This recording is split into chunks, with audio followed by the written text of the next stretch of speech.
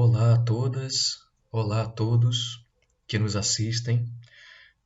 Meu nome é Fabrício Pereira da Silva, eu sou professor de Ciência Política da Universidade Federal do Estado do Rio de Janeiro.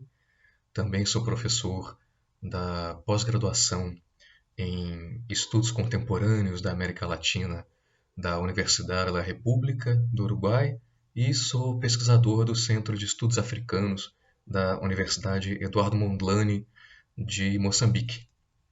Em primeiro lugar, eu quero agradecer o convite dos organizadores do primeiro Congresso Internacional Online de Estudos sobre Culturas.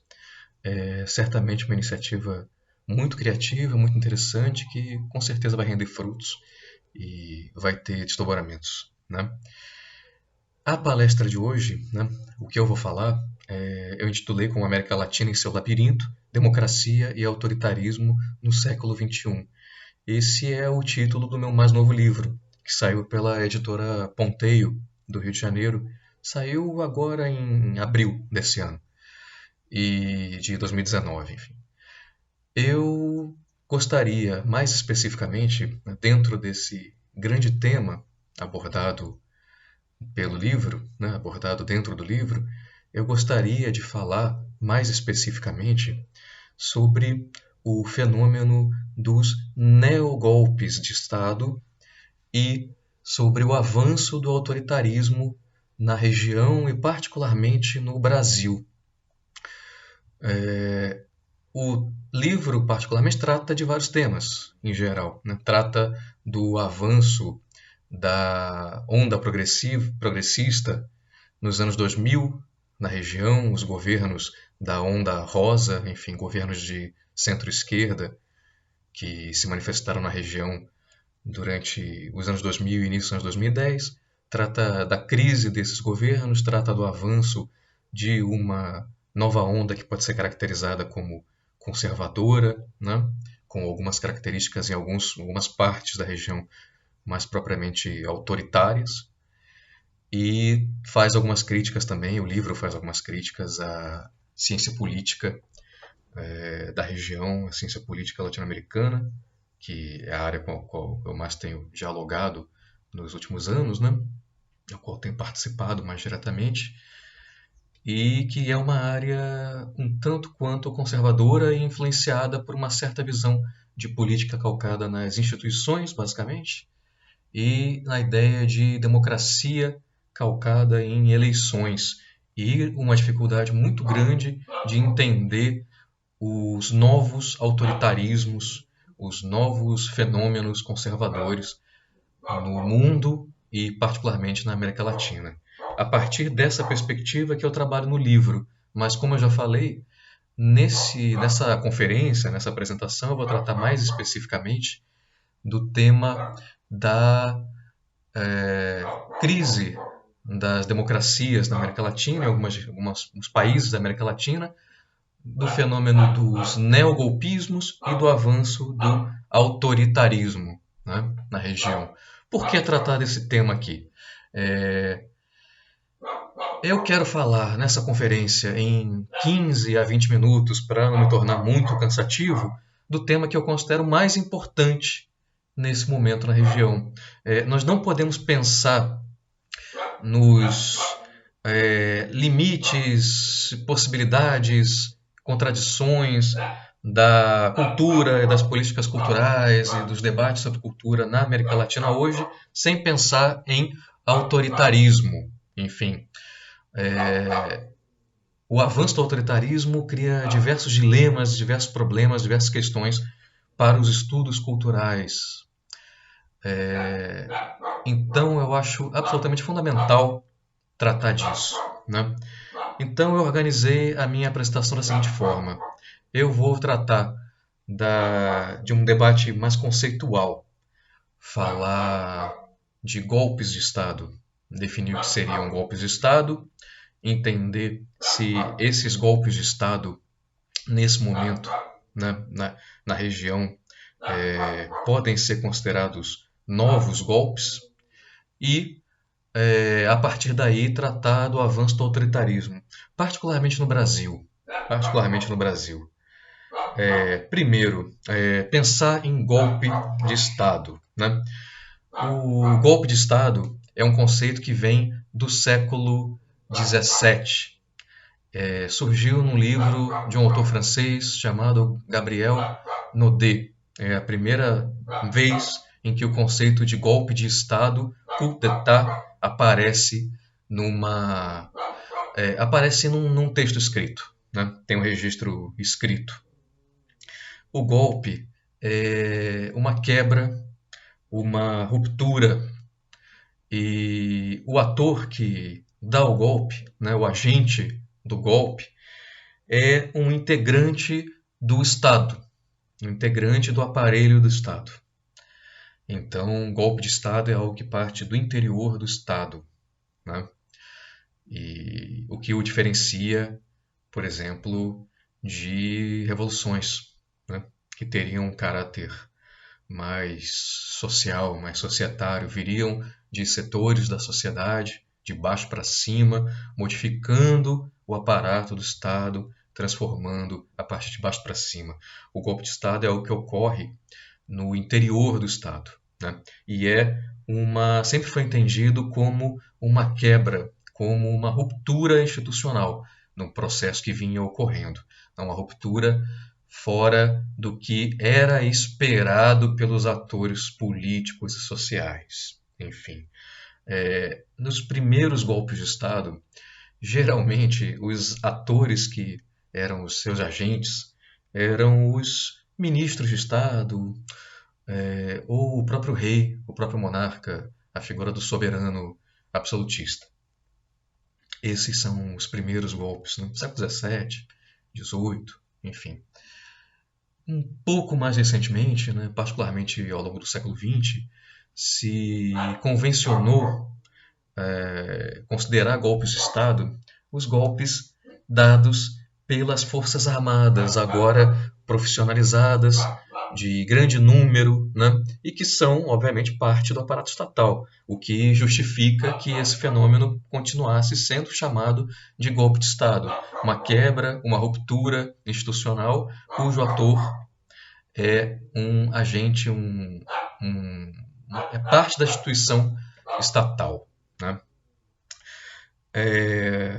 Esses golpes do século XX, então, em geral, são os que nós conhecemos como os golpes militares, né?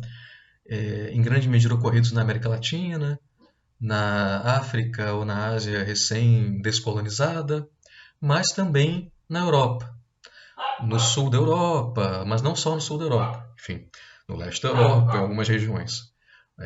Os golpes de Estado ao longo do século XX, então, foram basicamente golpes militares, ou civis militares, como boa parte dos historiadores preferem caracterizar, né? Os golpes civis militares, então, ou golpes militares, são o que nós nos acostumamos, então, a minha geração, que já está entrando na casa dos 40, e mesmo a garotada mais nova, né?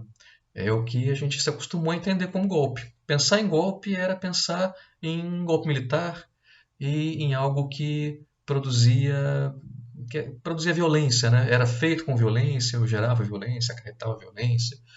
Tanque na rua, né? Tanque na rua, bombardeio do palácio, prisões imediatas, torturas. Isso é o que a gente costumou associar ao fenômeno do golpe no século XX. Não era algo que estava associado necessariamente a ele antes, e não é algo que está associado a ele necessariamente agora. O que nós temos visto, e boa parte da literatura das ciências sociais tem mencionado, é neogolpismos que vêm surgindo na América Latina, mas não só na América Latina, nos últimos anos, século XXI, basicamente. Por isso que também se chamam os neogolpismos de golpes do século XXI.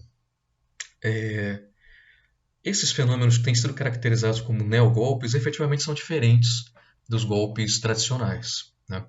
Porque eles não são mais dados por um monarca, por um presidente, enfim, por um chefe de executivo, o que seria um autogolpe, e nem são dados também especificamente pelas Forças Armadas. As Forças Armadas participam indiretamente, dão respaldo a esses processos, mas não são propriamente os atores, os agentes.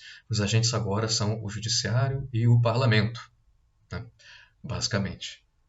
O que muda tudo, porque reveste esses golpes de uma aparência de legalidade, o que é fundamental para esses atores. O que exatamente o que eles estão buscando é essa aparência de legalidade. E é isso que eu vou desenvolver aqui, nessa fala, né? Então, eu caracterizo efetivamente esses fenômenos como golpes, e dá para considerar que são novos golpes, neogolpes. Eles são diferentes dos tipos de golpes anteriores. Mas falar que eles são golpes novos não é um bom conceito para filosofia política, para ciência política, para sociologia, enfim. Novos golpes apenas significam, né, que eles são diferentes dos golpes antigos. Você está falando de um golpe novo, então claramente existe um golpe antigo, um golpe clássico. Então, o que esse conceito define meramente é que esses golpes são diferentes dos golpes que aconteciam antes. Ou seja, é um conceito em reação, é um conceito em negação. É um conceito que diz o que esse novo fenômeno não é. Golpes clássicos, golpes do tipo antigo, mas não diz efetivamente, positivamente, o que eles são. Então, seguramente, neogolpismo ou golpes do século XXI, assim como o socialismo do século XXI, por exemplo, são maus conceitos. São conceitos que não dizem praticamente nada, né? Não definem nada. Nós precisamos ir muito mais a fundo nisso para entender efetivamente o fenômeno, né? Muito da literatura que tem trabalhado sobre isso considera que a característica principal desses golpes é que não há violência. Eu não vejo dessa maneira. Não vejo dessa maneira porque uma boa parte dos golpes ocorridos anteriormente também não tinham violência, né?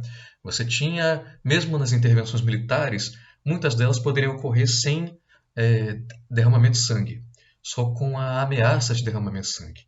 E nos neogolpes, a ameaça de derramamento de sangue está presente. Não há, em geral, violência. Há uma vez ou outra alguma violência na rua.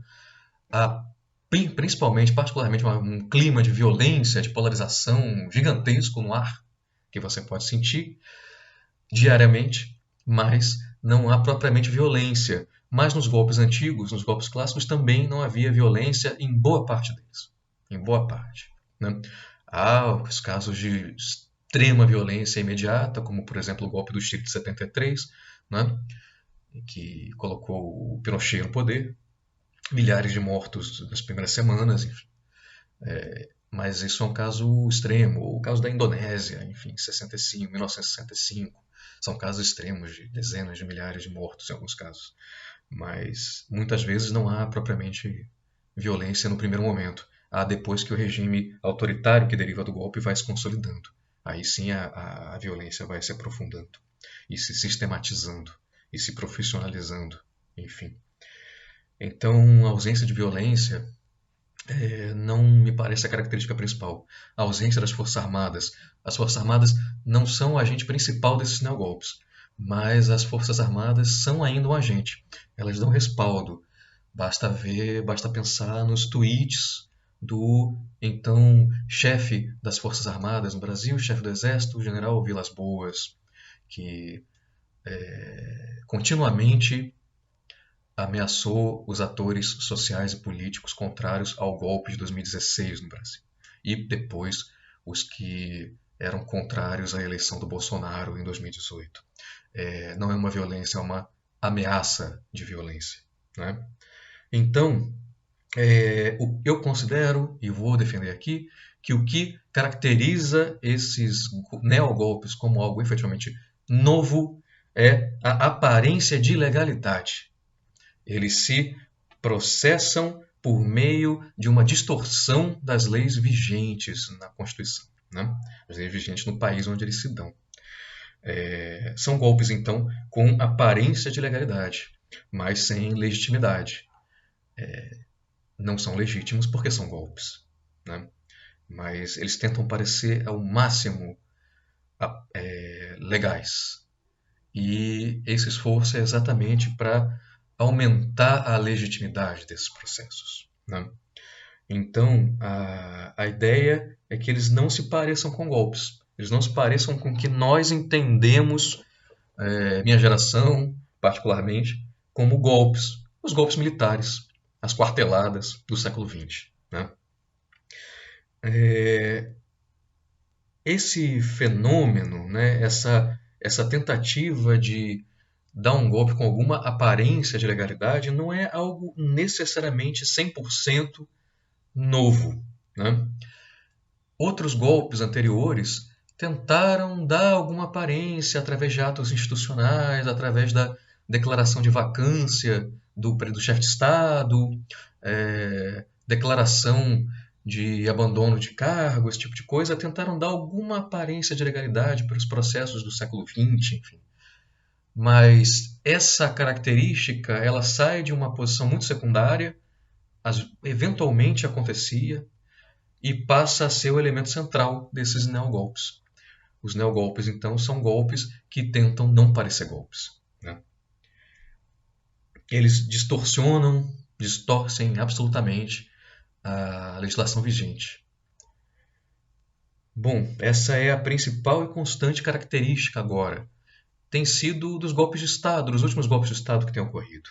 Enfim, está acontecendo nesse momento, né? Nos dias anteriores à ocorrência desse congresso, dias anteriores aos que eu gravei essa apresentação, no Chile, né? Uma tentativa de neogolpe, enfim, um presidente da República tentando interpretar de uma forma totalmente distorcida a Constituição peruana, com isso decretar o fechamento do Congresso e, por sua vez, o Congresso peruano também tentar dar um neogolpe, um contra-neogolpe no presidente Martim Vizcarra, né? Os fujimoristas do Congresso, tentando decretar a vacância da presidência por incapacidade moral do presidente da República e colocar a sua vice-presidente como presidente da República. Ela foi nomeada, depois ela recuou, voltou atrás, enfim. São 2 neogolpes no mesmo processo, no mesmo dia, praticamente. 2 dias seguidos. Os neogolpes são assim, né? Tentam dar essa aparência usada da Constituição, só que pegam uma coisa muito distorcida. Por exemplo, no caso peruano que está ocorrendo agora, o presidente Martim Vizcarra interpreta uma derrota que ele sofreu no Congresso como um voto de desconfiança. E ele interpreta esse voto como um segundo voto de desconfiança, um segundo momento em que ele é derrotado dentro do Congresso. O primeiro momento não era na presidência dele, era na presidência do PPK, o presidente anterior do qual ele era vice. E ele não só considera a derrota anterior que teria ocorrido durante o mandato do PPK, né, Pedro Pablo Kuczynski, como uma derrota que pode ser contabilizada para ele, sendo que ele não era presidente, o governo dele não tinha começado ainda, né?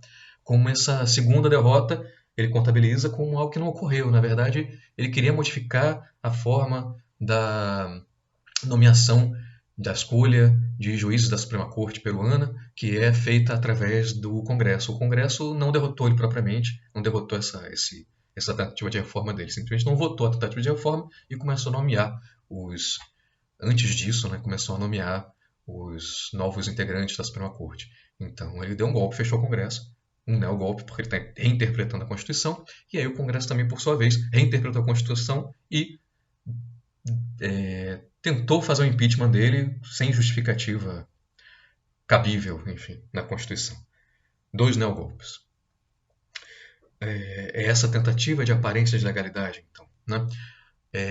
A literatura, eu mencionei agora o caso peruano que está ocorrendo nesse momento, mas a literatura considera às vezes o Haiti, a derrubada do Jean-Bertrand Aristide no Haiti em 2004, como o que poderia ser o primeiro neogolpe, ou talvez o Zelaya, né, a derrubada do Zelaya em Honduras em 2009 como um possível primeiro neogolpe. Eu considero casos híbridos. Você tem alguma tentativa de seguir essa legalidade, mas também há uma ruptura mais clara com participação da polícia ou das Forças Armadas, expulsão do presidente, colocaram o presidente de pijamas no avião e mandaram preso ele na Costa Rica, o caso, por exemplo, do Zelaya em Honduras. Então, ele se parece um pouco com golpes clássicos, com golpes militares ainda. Até por isso, a imprensa, a grande imprensa, costuma tratar esses dois casos como golpes, efetivamente, e com os seguintes, a grande imprensa já tem uma baita dificuldade. Por que será, né? Eu considero, então, o primeiro golpe, vamos dizer, perfeito, o primeiro crime perfeito, a derrubada do Fernando Lugo, do Paraguai, em 2012, né, através de um impeachment, assim, muito acelerado, de 48 horas, em que ele foi derrubado por 20 e tantos crimes de responsabilidade, aos quais ele não teve direito de contestar, de se defender. Ele basicamente perdeu maioria, quer dizer, ele nunca teve propriamente maioria no parlamento, mas ele era sustentado pelo Partido Liberal, Radical Autêntico, partido do vice-presidente, então, que acabou retirando apoio dele, daí ele ficou sem base parlamentar alguma, e aí estava fácil de ser derrubado, foi derrubado. Já o segundo caso, que me parece ainda mais perfeito, né? Ainda mais aprimorado, é a derrubada da presidente Dilma Rousseff no Brasil em 2016, com a justificativa das pedaladas fiscais que a gente não consegue explicar para ninguém em qualquer parte do mundo o que significa. A gente estava numa histeria gigantesca lavajatista, né? Produzida única e exclusivamente para derrubar a presidente da República e para retirar o PT do poder e prender o presidente Lula. Essa histeria lavajatista verde-amarela foi usada, obviamente, para isso, e a presidenta caiu por isso, né? Não foi por pedalada fiscal alguma. E o mote era corrupção e não houve nenhuma justificativa para a derrubada dela, para o impeachment dela, baseada em corrupção. Só se baseou em pedaladas fiscais. A corrupção nem apareceu. E até hoje, efetivamente, nada apareceu contra a presidente da República relacionado à corrupção. Está longe de ser julgada, condenada em qualquer uma dessas questões relacionadas ao lavajatismo, né? Então, obviamente, foi uma derrubada, a ideia era derrubar, né? Derrubar uma presidenta que tinha sido eleita 1 ano e 3 meses antes, tinha começado um novo mandato 1 ano e 3 meses antes, né? Tinha sido eleita aproximadamente 1 ano e meio antes, e não aguentaram esperar a eleição seguinte, né? É uma forma de acelerar um processo na medida em que eles achavam, né, os atores que fizeram o seu processo de impeachment achavam que provavelmente não teriam chance de vencer as eleições seguintes, se essas eleições fossem limpas, né? Se todos os candidatos concorressem, o que não foi o caso de 2018, como todos sabemos. Pedaladas fiscais, né? Enfim. O que é pedaladas fiscais? Pois é, ninguém sabe. Você ir contra a lei de responsabilidade fiscal, uma interpretação muito distorcida da lei de responsabilidade fiscal de 2001, em que você pegou a presidente da República, retirou dinheiro do Banco do Brasil, de algumas estatais, para conseguir pagar a Bolsa Família, conseguir fechar contra o Fundeb, educação, retirou para a educação, e esse dinheiro voltou 1 mês, 2 meses depois, enfim, e as contas foram repostas. Se isso é suficiente para derrubar um presidente da República, realmente, a gente precisa repensar até a própria figura da presidente da República, né? O que os neogolpes são efetivamente na América Latina, em regimes presidencialistas, e o que torna eles ilegais, né, além de ilegítimos, é que eles são tentativas de utilizar de um elemento que é do parlamentarismo, do sistema parlamentarista, no presidencialismo, que é o voto de desconfiança. Então é algo totalmente ilegal no regime presidencialista. O presidente da República pode governar com minoria no parlamento. Nós temos direito de eleger um presidente de um partido, de uma força política, e uma maioria parlamentar de oposição. E esse equilíbrio vai ter que ser mantido de alguma maneira durante o período do mandato todo.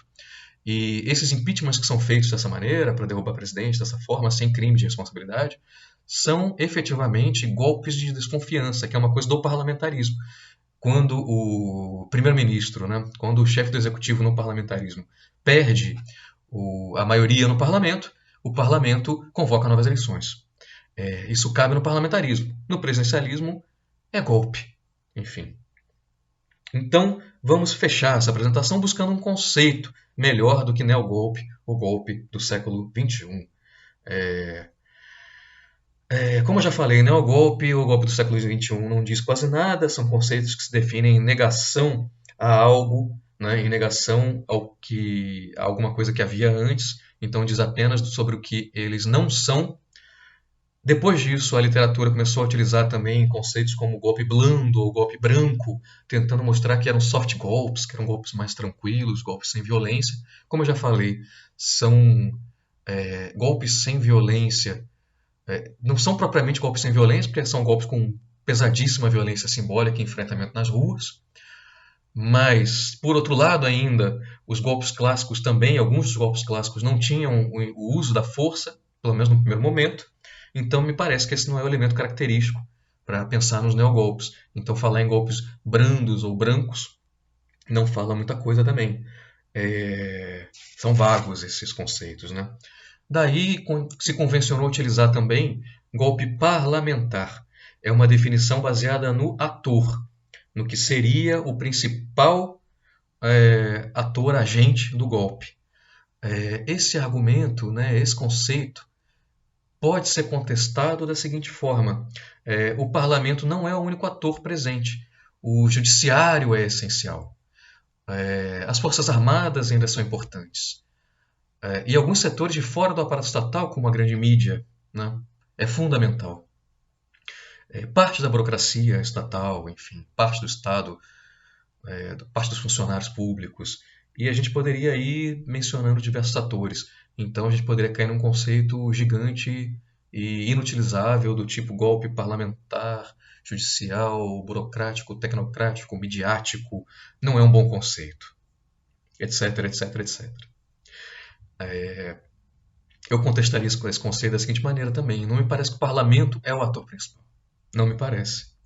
O parlamento é o ator que dá a última palavra para o golpe, né?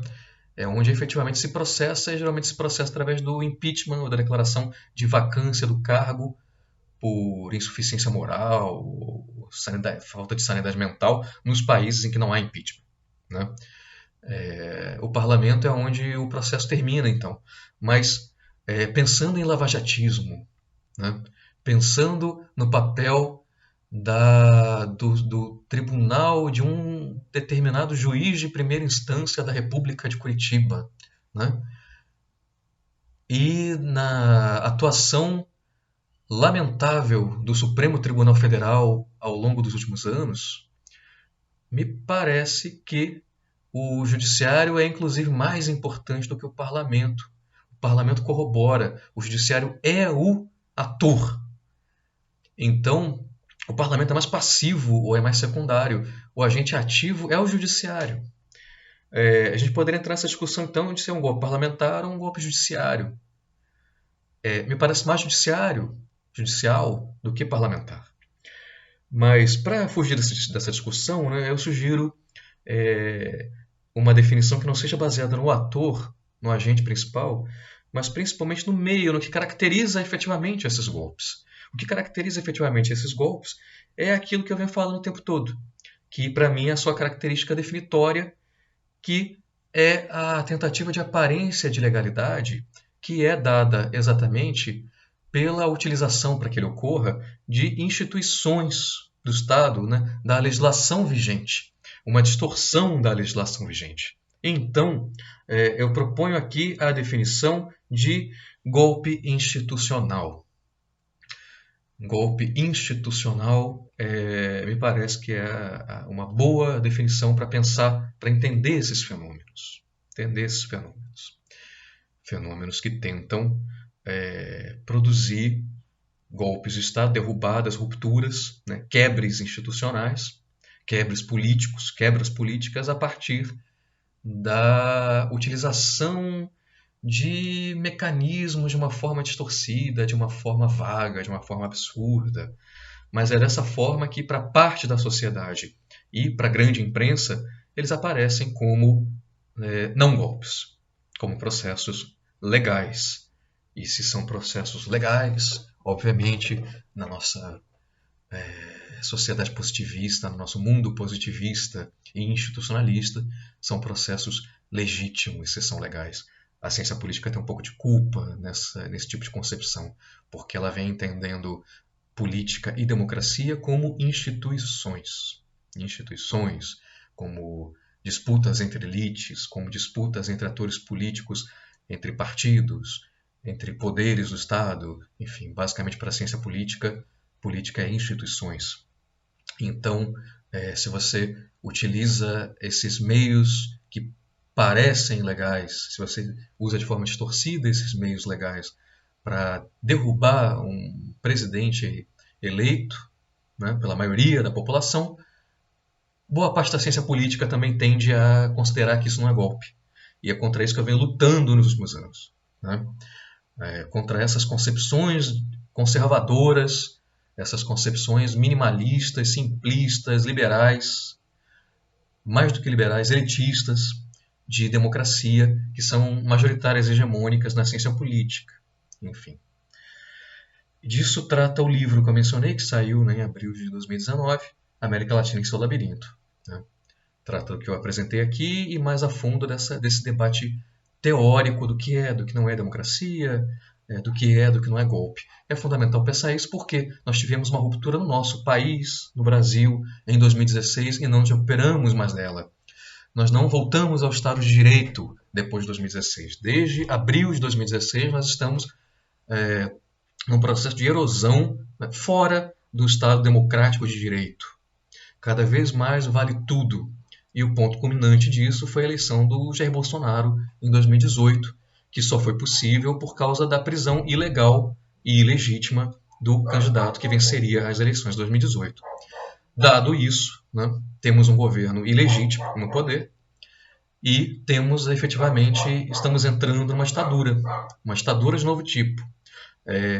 Então, para entender as ditaduras de novo tipo, a gente vai ter que dar um passo atrás e entender os golpes de novo tipo. Né? Eu estou tentando entender exatamente, e falei sobre isso aqui, tentando entender os golpes de novo tipo. A partir daí, nós vamos tentar entender, temos que entender o mais rápido possível que regimes de exceção, que novas ditaduras são essas. Porque isso está avançando muito rapidamente, né? Esse processo está avançando muito rapidamente e nós, intelectuais, professores, estudantes, né, artistas e por aí vai, somos os inimigos desse novo regime. Nós não escolhemos ser inimigos de ninguém. Eles nos escolheram como inimigos, inimigos a serem abatidos, inimigos a serem massacrados, a serem assassinados, se possível. Né? Se não assassinados, pelo menos expulsos do país, presos, demitidos, pauperizados. Então nós precisamos entender o que está ocorrendo na nossa região e particularmente no Brasil. Não dá para pensar em cultura, em política cultural, sem pensar no que está acontecendo agora. Agradeço pela atenção de todos e todas vocês. Espero que esse congresso se desenvolva da melhor forma possível. Muito obrigado.